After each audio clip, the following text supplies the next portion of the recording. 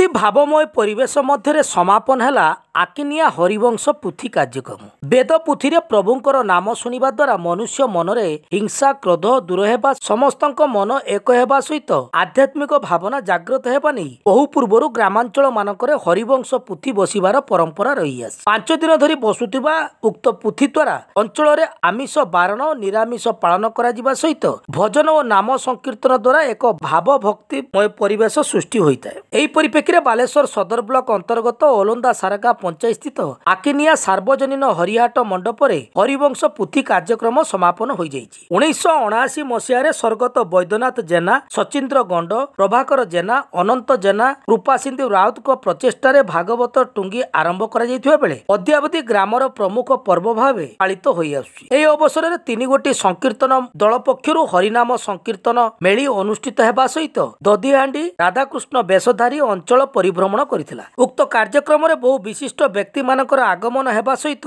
ସେମାନଙ୍କୁ ହରିହାଟ ପକ୍ଷରୁ ସମ୍ମାନିତ କରାଯାଇଥିଲା। ଏଥିସହ ବହୁ ସଂଖ୍ୟାରେ ଭକ୍ତ ଓ ଶ୍ରଦ୍ଧାଳୁ ମାନଙ୍କ ପାଇଁ ପ୍ରସାଦ ସେବନର ବ୍ୟବସ୍ଥା କରାଯାଇଥିଲା। ତତ୍ସହ ଆଧ୍ୟାତ୍ମିକ ସାଂସ୍କୃତିକ କାର୍ଯ୍ୟକ୍ରମ ଅନୁଷ୍ଠିତ ହୋଇଥିଲା। ଉକ୍ତ ସମାପନ କାର୍ଯ୍ୟକ୍ରମରେ ଗ୍ରାମର ବୟୋଜ୍ୟେଷ୍ଠ ଯୁବଗୋଷ୍ଠୀ ଓ ମହିଳା ବର୍ଗ ଉପସ୍ଥିତ ରହି ସହଯୋଗ ପ୍ରଦାନ କରିଥିଲେ। ହରିହାଟ ଯେ କାହିଁକି ହରିଙ୍କୁ 5 ଦିନ କାଳ ତାଙ୍କ ନାମ ଧରାଯାଏ ଏବଂ ତାଙ୍କୁ କାହିଁକି ଅଧିବାସ କରିକି ଆଣନ୍ତି ଯେ ପ୍ରଭୁ ହେଉଛନ୍ତି ସବୁ କାର୍ଯ୍ୟର ମୁଖ୍ୟ ମୂଳ। ଏଣୁ ତାଙ୍କ ସବୁ କରି କରାଇ ସର୍ବମୁଇ ମୋ ବିନୁ ଅନ୍ନ କେହି ନାହିଁ।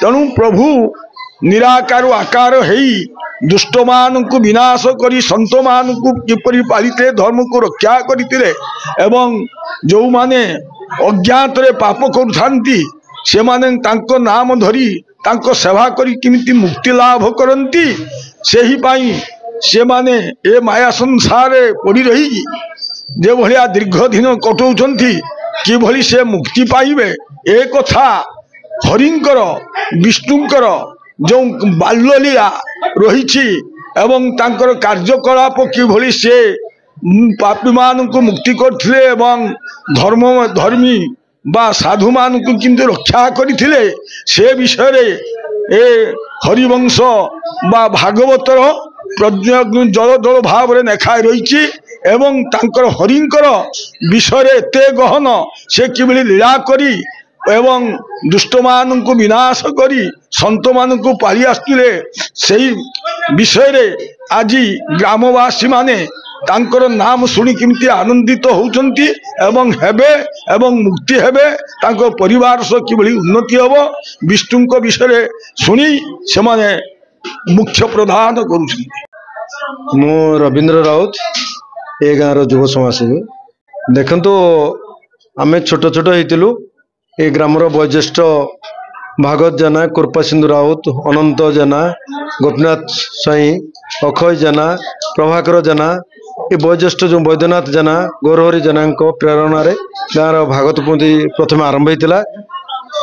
ବହୁ ଅଭାବ ଅସୁବିଧା ସତ୍ତ୍ୱେ ଦୀର୍ଘ ଦିନ ଧରି ମାନେ କଣ୍ଟିନ୍ୟୁ କରି ଚାଲିଛି।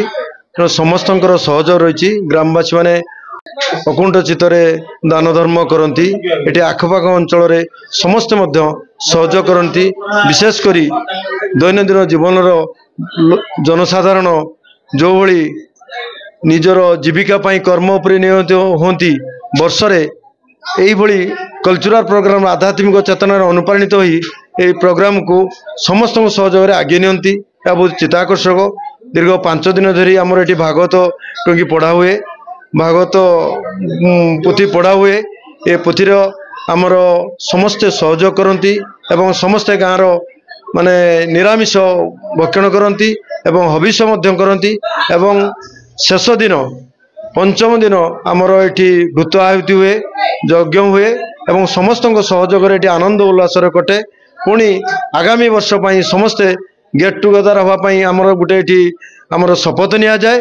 पूर्व वर्ष भली ए वर्ष बहु जाकजमरे एवं समस्ते आसी सहयोग करिसेंती एवं समस्त कथारे आमे ऋणी अछु।